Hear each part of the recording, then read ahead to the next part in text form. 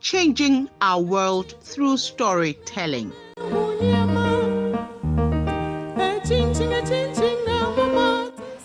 The newcomer.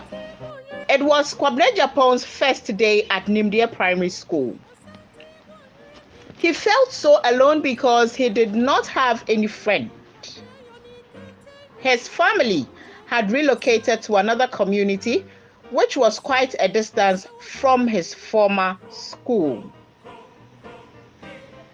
He observed some awkward behaviors among his mates after a couple of days at Nimdea Primary School, and had a little book in which he wrote down all the things he felt could be changed.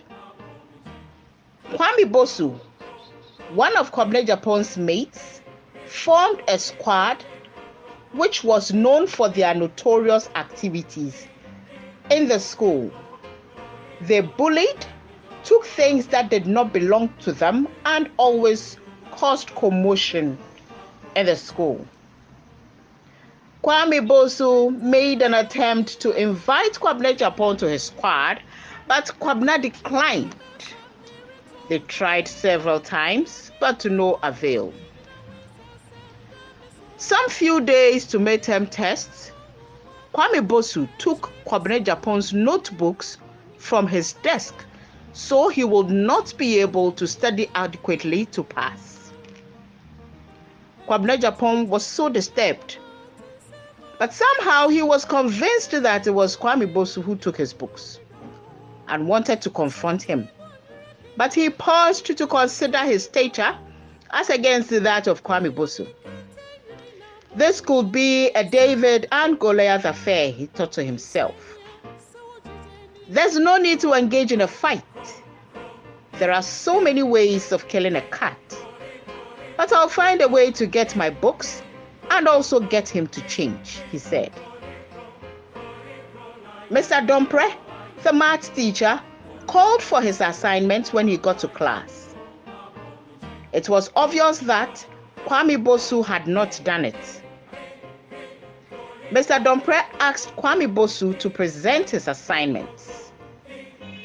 Just then, one of the students walked in to inform Mr. Dompre that the head teacher wanted to see him immediately. Kwabena Japan quickly went to Kwame Bosu when Mr. Dompre left and helped him to do his assignment. He did not give him his assignment to copy, but assisted him to understand, and he finished just before Mr. Dompre got back. As soon as Mr. Dompre returned, he requested for Kwame Bosu's book, and like a hero, Kwame Bosu walked majestically to submit his assignment.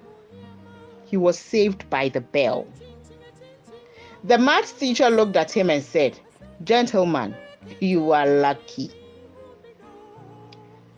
After the class, Kwabena Japan approached Kwame Bosu and asked if he would join him to study.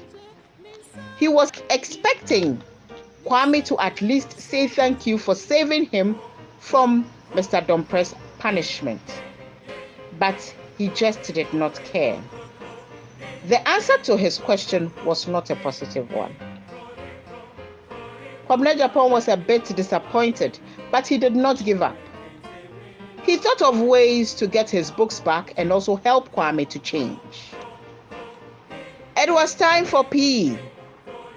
All the students went to the field. Kwabena Japan saw Kwame Bosu leaving the field and decided to follow him. Kwame Bosu went to the class, looked left and right, and opened Mrs. Anane's bag to take the money for the excursion she collected. As he took the envelope from the bag, Kwabena Japan entered and said, "Kwame Bosu, did you forget that there are cameras here? I will not report you on one condition." Kwame Bosu was dumbfounded. At this point, he had to give in. Kwabena Japan continued, "Put the envelope back and listen carefully.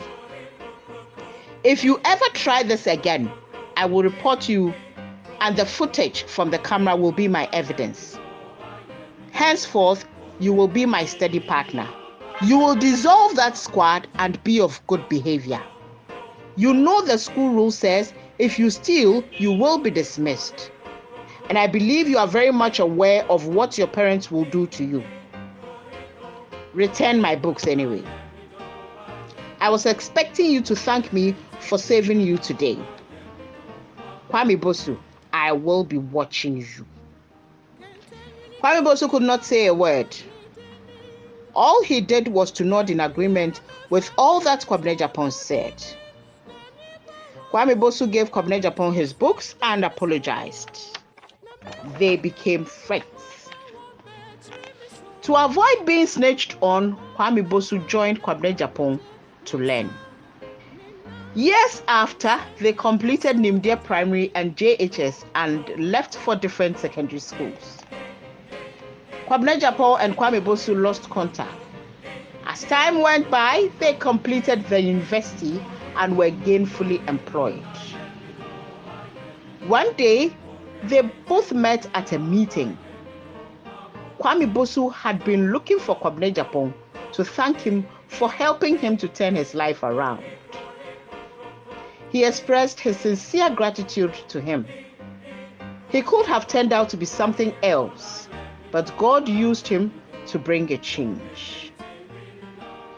Kwabena Japan was glad that he was able to help.